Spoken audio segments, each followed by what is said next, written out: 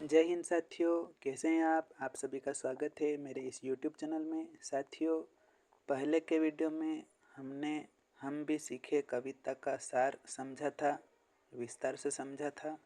और आज हम जानेंगे कि इस कविता का भावार्थ हम किस प्रकार करेंगे। यदि परीक्षा में भावार्थ लिखने को आए तो हमें किस प्रकार से भावार्थ लिखना है, आज के इस वीडियो में हम यह जानेंगे।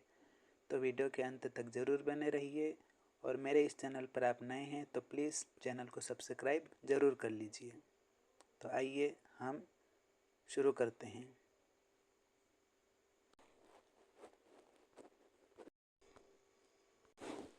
तो साथियों, यहाँ पर कविता का जो पहला पद है, देश हमें देता है सब कुछ, यहाँ से हम ऐसा कुछ करना सीखे, यहाँ तक का संदर्भ, प्रसंग और भावार्थ करेंगे। तो हम संदर्भ में लिखेंगे, यह कविता हमारी पाठ्य पुस्तक भाषा भारती के पाठ हम भी सीखे से ली गई है। इस कविता के कवि श्री गोपाल कृष्ण कौल हैं। इसके बाद प्रसंग में हम लिखेंगे, इस कविता में कवि ने प्रकृति से प्रेरित होकर मनुष्य को त्याग, सेवा और सहयोग की भावना का विकास करने की बात कही है। इसके बाद भावार्थ में हम इन पंक्तियों का अर्थ लिखेंगे।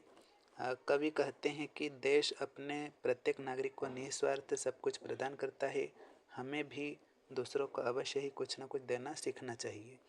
जिस प्रकार सूरज हमें रोशनी देता है, उसी प्रकार हमें अपने ज्ञान का प्रकाश फैलाना चाहिए। जिस प्रकार हवा हमें नया जीवन देती है, उसी प्रकार हमें भी दूसरों का जीवन संवारना चाहिए। जिस प्रकार धरती पर जो खेती होती है उससे हमारी भूख शांत होती है, उसी प्रकार हमें भी कुछ न कुछ ऐसा करना सीखना चाहिए कि जिसमें दूसरों का हित या भला हो। तो ये इन पंक्तियों का अर्थ हुआ। अब हम पथिकों को जलती दोपहर में पेड़ सदा देते हैं छाया, यहाँ से लेकर हम भी तो कुछ जीना सीखे, यहाँ तक संदर्भ, प्रसंग और भावार्थ करेंगे। तो यहाँ पर संदर्भ और प्रसंग तो हमें पूर्ववत ही लिखना है, जो हमने पहले में लिखा था ऐसे ही लिखना है। अब भावार्थ आप देखिए, कवि कहते हैं कि पेड़ पथिकों या राहगीरों को तेज दोपहर में सदा शीतल छाया प्रदान करते हैं। पेड़ हमें सुंदर एवं सुगंधित फूल तथा स्वादिष्ट मीठे एवं रसीले फल प्रदान करते हैं। ऐसे त्यागमयी पेड़ों के जीवन से प्रेरित होकर हमें भी कुछ न कुछ देना सीखना चाहिए।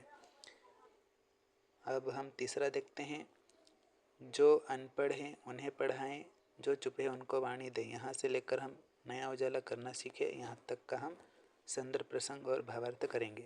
तो संदर्भ प्रसंग हमें जैसा पहले में लिखा था ऐसा ही लिखना है। भावार्थ में हम पढ़ या निरक्षर हैं, हमें उन्हें पढ़ाना चाहिए। हमें ऐसे लोगों की भी सहायता करनी चाहिए जो बोल नहीं सकते, या हमें ऐसे लोगों की आवाज़ बनना चाहिए जिनके पास जबान तो हैं परंतु जिन्हें न्याय नहीं मिल पाता। जो लोग पिछड़े हुए हैं, हमें उन्हें आगे बढ़ाने में उनकी मदद करनी चाहिए। हमें अपनी कठोर मेहनत के बल पर देश समाज को एक नए प्रकाश से आलोकित करना सीखना चाहिए।